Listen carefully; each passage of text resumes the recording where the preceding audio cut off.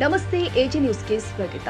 ಕೊಪ್ಪಳ ಜಿಲ್ಲೆ ಕುಕನೂರು ತಾಲೂಕಿನ ಎರೆಹಂಚನಾಳ ಗ್ರಾಮದ ಸಾರ್ವಜನಿಕ ಗ್ರಂಥಾಲಯ ಕಚೇರಿಯಲ್ಲಿ ಆಯೋಜನೆ ಮಾಡಲಾಗಿದ್ದ 78ನೇ ವರ್ಷದ ಸ್ವಾತಂತ್ರ್ಯ ದಿನಾಚರಣೆಯ ಧ್ವಜಾರೋಹಣವನ್ನು ರೈತ ಸಂಘದ ರಾಜ್ಯ ಉಪಾಧ್ಯಕ್ಷರು ಆದ ಅಂತಪ್ಪ ರುದ್ರಪ್ಪ ಕೊಳ್ಳೂರ ಇವರು ನೆರವೇರಿಸಿದ್ದಾರೆ.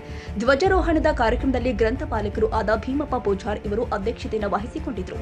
ಮೇಳದಲ್ಲಿ ಸರ್ಕಾರಿ ಹಿರಿಯ ಪ್ರಾಥಮಿಕ ಶಾಲೆಯಲ್ಲಿ ಧ್ವಜಾರೋಹಣವನ್ನು ಎಸ್ಡಿಎಂಸಿ ಅಧ್ಯಕ್ಷರು ಆದ ಶ್ರೀ ವಿರೂಪಾಕ್ಷಪ್ಪ ಆಸೋಟಿ ನೆರವೇರಿಸಿದರೆ ಪಥ ಸಂಚಲನ, ಸಾಮೂಹಿಕ ಕವಾಯತಿಗಳು, ಸಾಂಸ್ಕೃತಿಕ ಕಾರ್ಯಕ್ರಮಗಳು, ಭಾಷಣ, ವಿವಿಧ ಎಲ್ಲ ಕಾರ್ಯವನ್ನ ಈ ಶಾಲೆಯಲ್ಲಿ ಅದ್ದೂರಿಯಾಗಿ ನಡೆಸಲಾಗಿದೆ.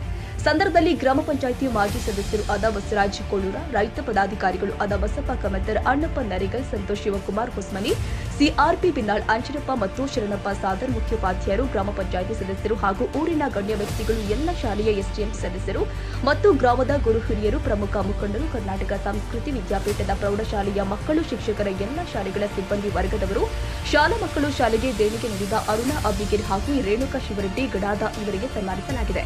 ಇನ್ನು ಕಾರ್ಯಕ್ರಮ ನಿರೂಪಿಸಿದ ಸತೀಶ್ ಕುಮಾರ್, ಚಿನ್ನಪ್ಪ ಗೌಡ್ರು, ಶ್ರೀನಿವಾಸ್ ತಟ್ಟಿ ವಂದಿಸಿದರು. ಈ ವೇಳೆಯಲ್ಲಿ ಇತರರು ಉಪಸ್ಥಿತರಿದ್ದರು. ನಮಸ್ಕಾರ ಸ್ನೇಹಿತರೆ, ನಾನು